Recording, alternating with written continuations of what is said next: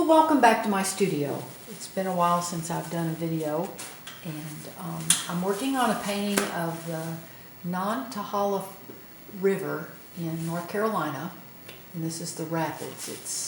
Let's see, kayakers back here. I showed you a full view of the painting in the very beginning. This is, the perspective looks a little bit off here because I've got the camera to the side of the canvas, so I can't paint with it directly in front of the canvas or I would block it. So this is, I'm working on these rocks now and using a, in fact I'm going to get a bigger brush. These are called bright brushes. They've got a square end and I really like them. I really prefer to use these over any others, and because they're great I can block in large areas of color, and then I can also, with the edge, make a finer line. But right now I'm blocking in these rocks. And this one's lighter. The sunlight's hitting here, it's coming across, and then it will, also a spot of light will hit here, and it has caught the trees over on this side.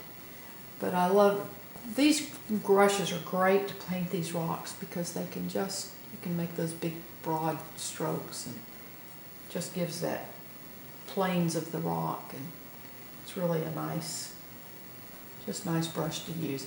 Now I'm using mixtures of my mud, which if you've watched me before, this is a term that I use a lot. This is a mixture that all of my basic color mixes are, really a lot of them mixed from. And mud is 2 parts of ultramarine blue and 1 part of alizarin crimson. Mix that up, it makes a deep purple. And that's what my initial sketch is all sketched in with, that, a mud oil wash. And I just mix that mud with a little bit of liquid and I get a nice wash that I do my sketch in, and then the next day it's dry and I can paint over it. And so that makes it really nice. But I paint like the darker, I can paint the dark into the light, but make these planes of the rock.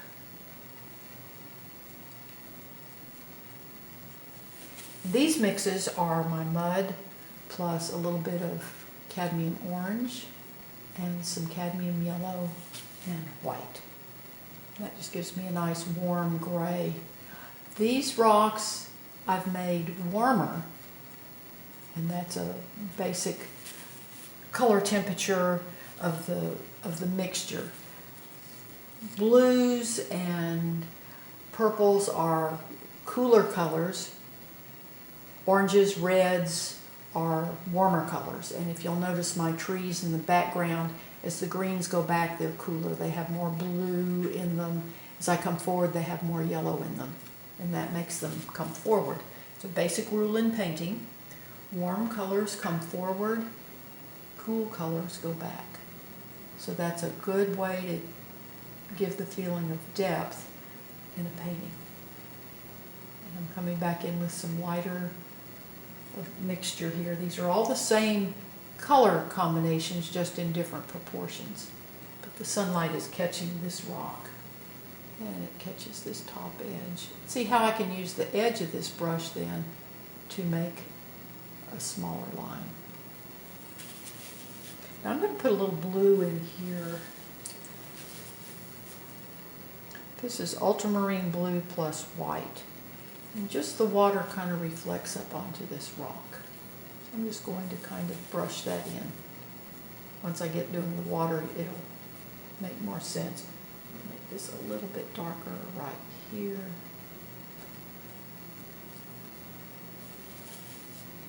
And then this projection catches tip of light right there.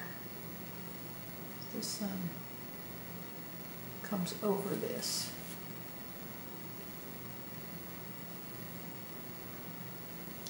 It's a little bit darker, bluer there. That white water behind there will really show up nicely. And that's got a little bit of a texture here.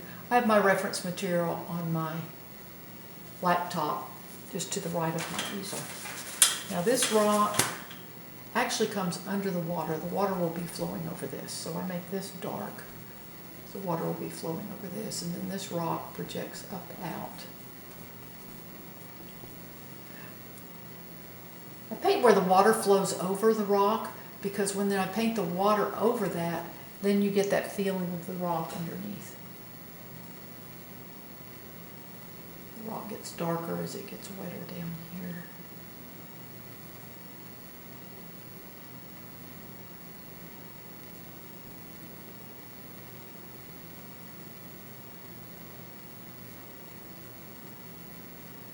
And there's some rocks down here underneath the water that we're going to see that water tumbling over.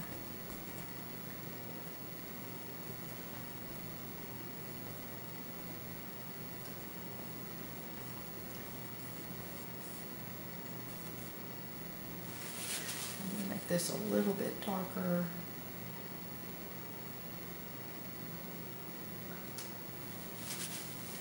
Then the light will catch the top of this rock.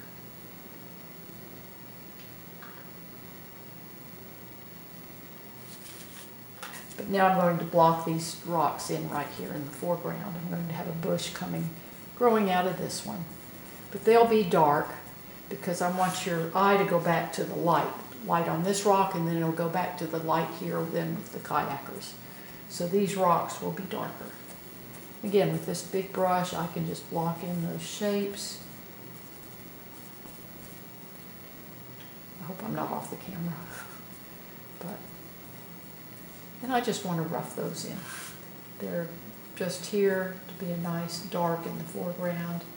There's another little water will come riveting through here. But with this large brush, it's really fun to make these rock shapes.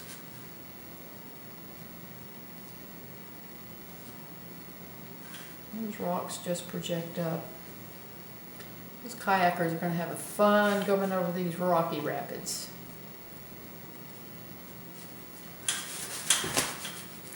Just wipe out.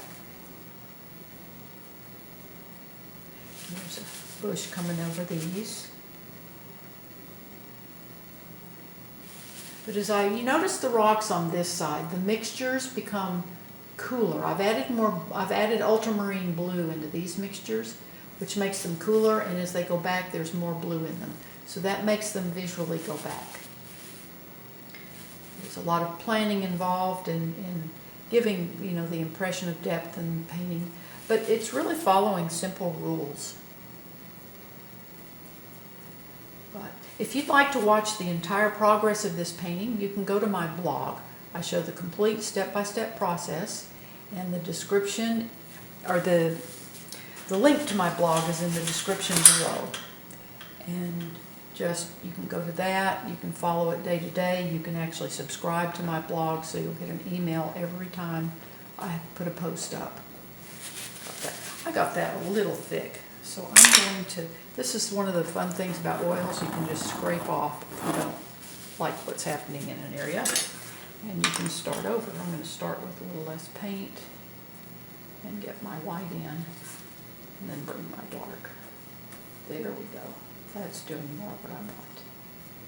So I thank you for watching my YouTube videos. Please come back, and you just have a wonderful, wonderful day. Today is a great day to have a great day.